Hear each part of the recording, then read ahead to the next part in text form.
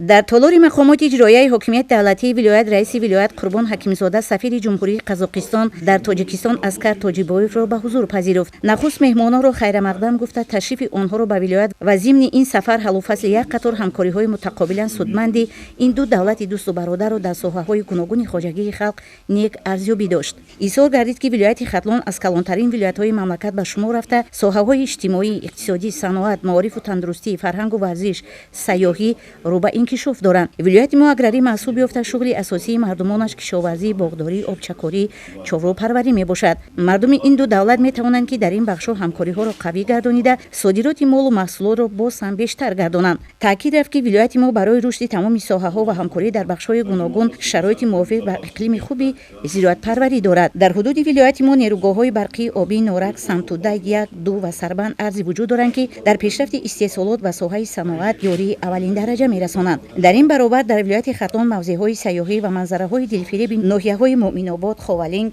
Балҷувон, Шамсиддин Шоҳин ва сайёҳони қазоқистонӣ метавонанд аз мавзеъҳои таърихӣ Тахти Сангин, Хоҷамашҳад, Ҷилӯчорчашма, Қалъаи Ҳулбук, Мир Саид Алии Ҳамадонӣ, Султон Увайси Қаранӣ дида намоянд. Кӯҳу талу теппаҳои вилояти мо аз растаниҳои шифобахш бой буда, дар натиҷаи ҳамкориҳо мо метавонем соҳаи дорусозиро низ рушд бахшем, гуфт Зимни вохӯрӣ раиси вилоят. Сафири Ҷумҳурии Қазоқистон дар Тоҷикистон Аскар Тоҷибоев аз меҳмоннавозӣ ва қабули самимона изҳори сипос карда гуфт ки мо таи чанд сол аст ки дар бахшҳои гуногун ҳамкориҳои зич дорем. Дар бахши маориф, тандурустӣ, сайёҳӣ ва содироту воридоти маҳсулоти кишоварзӣ таҷрибаи хуб ҳосил кардаем. Дар ин замина Ҷумҳурии Қазоқистон нақшаҳои навро таҳризӣ карда онҳоро дар муҳлатҳои муайяншуда амалӣ менамояд. Дар омода кардани мутахассисони соҳаи кайҳоншиносӣ, техникаю технологияи муосир, телевизион ва радиокоммуникатсия, соҳаи алоқа ва кишоварзӣ метавонем ҳамкориҳоро мустаҳкам намоем. Зимни ин вохӯрӣ ҷонибҳо оид ба сатҳи кунунӣ ва дурнамои ҳамкориҳои Ҷумҳурии Тоҷикистон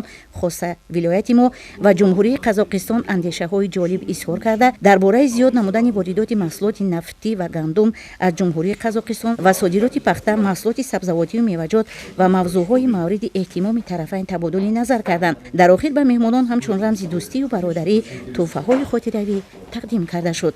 Гулизор Ҳасанова, Далел Шарипов, Намозали Эргашев, Ахбор, Шаҳри Бохтар.